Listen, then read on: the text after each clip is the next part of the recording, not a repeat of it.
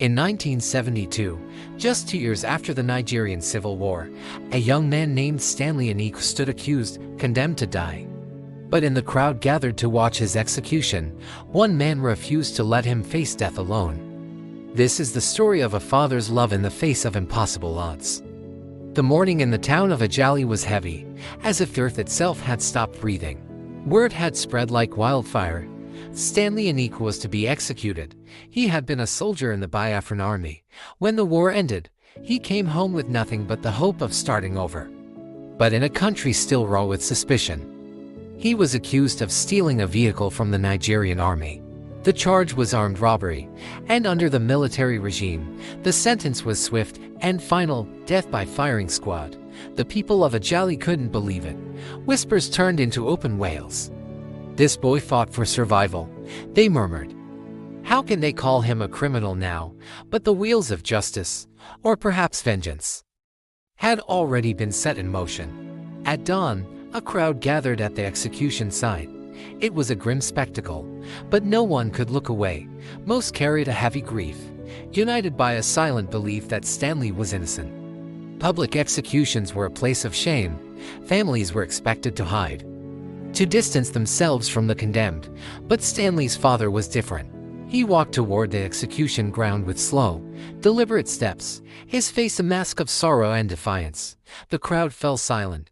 A father defying tradition like this was unheard of. He was determined not to abandon his son, not even now. Stanley stood bound, surrounded by soldiers.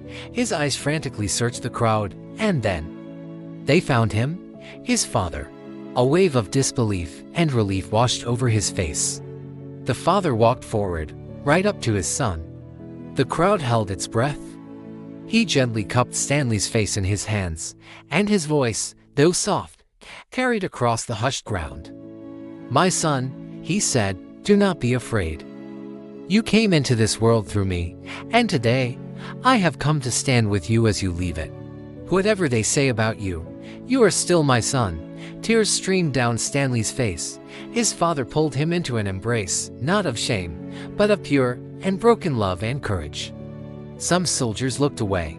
People in the crowd began to weep openly.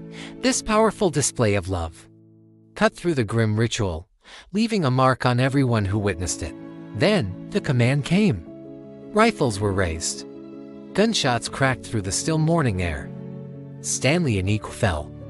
The crowd stood in stunned silence, a mix of grief and awe filling the space.